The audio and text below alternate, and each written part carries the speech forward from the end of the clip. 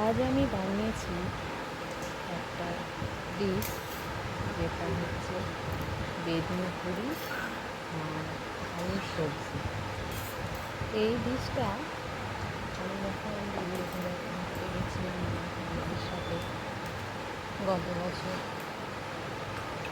তো আগ্রাতে এই খাবারটা খুব প্রচলিত ছিল। আমরা সকলে মিলে এই খাবারটা খেয়েছিলাম, তো আমার খুব ভালো লেগেছে। তো সেই থেকেই ভেবেছিলাম যে আমি বাড়িতে একদিনটা বানাবো। তো তার জন্য আজকে এই ডিশটা বানিয়েছি। এটা বানাতে বেশ কিছু জিনিস লাগে না, খুব অল্প উপকরণে এটা তৈরি হয়ে যায়। তো তার জন্য আমি পুরিটা বানানোর জন্য একটা ডো বানিয়েছি, যার মধ্যে সুজি নিয়েছি একটা, আর 1 কাপ আটা নিয়েছি। তার মধ্যে জোয়ান, কসুরি মেথি, লবণ, অল্প ঘি আর সামান্য সাদা তেল দিয়ে আটাটা সুজিটা ভালোভাবে মেখে নিয়েছি। এটা একটু শক্ত বানাতে হবে, খুব নরম বানানো যাবে না।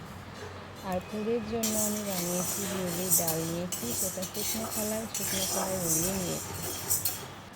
তারপর সেটা মিহি করে গুঁড়ো করে নিয়ে তার মধ্যে বেশ কিছু গুঁড়ো মশলা অ্যাড করেছি, যেমন জিরে গুঁড়ো, ধনে গুঁড়ো, আমচুর পাউডার, লাল লঙ্কার গুঁড়ো, হলুদ, লবণ। তারপরে সেটা পুর বানিয়ে আটার মধ্যে দিয়েছি। আর আলু সবজিটা বানিয়েছি, তার মধ্যে তেল দিয়েছি, জিরে, তেজপাতা, লবঙ্গ, তার মধ্যে লঙ্কা কুচি, আদা কুচি, রেড চিলি পাউডার, আমচুর পাউডার, মৌরি গুঁড়ো, ধনে গুঁড়ো, নুন, স্বাদ মতো লবণ, হলুদ, টমেটো পিউরি। তারপর সেটাকে ভালো করে কষিয়ে নিয়ে আলুর সবজি রেডি। তার মধ্যে ভেজে ঝোল দিয়েছি। ঝোল ঝাল ঝাল টেস্টি ভালোভাবে টেস্টি। কষিয়ে নিয়ে তারপর দিয়ে দিয়েছি জল, আর নামানোর আগে ধনেপাতা কুচানো দিয়েছি। এইভাবে আমি আলুর সবজিটা বানিয়েছি। পুরটা ভালোভাবে এইভাবে গোল করে তার মধ্যে পুরের লাড্ডুগুলো তার মধ্যে ভরে আস্তে করে সুন্দর করে গোল মতো করে সেটাকে মুখটা বুঝিয়ে দিতে হবে। তারপর হালকা করে হাতের মধ্যে গোল গোল চাপ দিয়ে যেটুকু ময়দা বাকি থাকবে সেটুকু বাড়তি ফেলে দিতে হবে, আর বাকিটুকু ভালো করে লিচি করে নিতে হবে।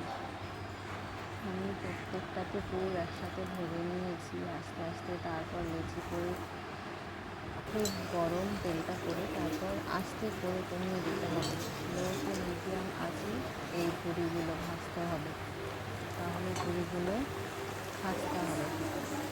এইভাবে আমি একটার পর একটা প্রত্যেকটা পুরি ভেজে তুলে নিয়েছি। তারপর আমি সার্ভ করেছি।